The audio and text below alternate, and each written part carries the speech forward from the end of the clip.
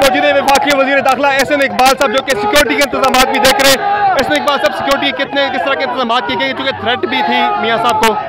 जी, जो भी इंसानी हद तक मुमकिन है इंशाल्लाह मैक्सिमम सिक्योरिटी के इंतजाम किए गए हैं, लेकिन जो सियासतदान है वो आवाम से दूर नहीं रह सकता।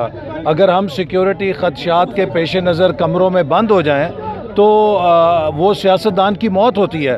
और वज़ीर आज़म साबिक़ नवाज़ शरीफ आवाम के हर दिल अज़ीज़ रहनुमा है और वो भी अपने आवाम से जुदा नहीं रह सकते। तो हम कोशिश कर रहे हैं पूरी सिक्योरिटी को यकीनी बनाएं। अलबत्ता पाकिस्तान के आवाम की उनसे मोहब्बत भी काबिल दीद है और मुझे यकीन है कि अल्लाह के फजल से वो खैरियत से अपनी मंजिल तक पहुँचेंगे। तो कितने दिन तक पहुँचेंगे, क्योंकि काफिला बहुत स्लो चल रहा है इस वक्त? इस वक्त हर मुकाम पे लोग उन्हें रोक रहे हैं, उनका इस्तकबाल करना चाहते हैं, तो मुझे उम्मीद है कि 2 से 3 दिन लग सकते हैं उन्हें। बहुत शुक्रिया एहसन इकबाल साहब जी, आपने सुनी गुफ्तगू वफाकी वज़ीर दाखिला एहसन इकबाल की, जिनका कहना है सिक्योरिटी के सख्त इंतजाम किए गए हैं और 2 से 3 रोज़ में मियाँ नवाज शरीफ का काफिला लाहौर पहुँच सकता है।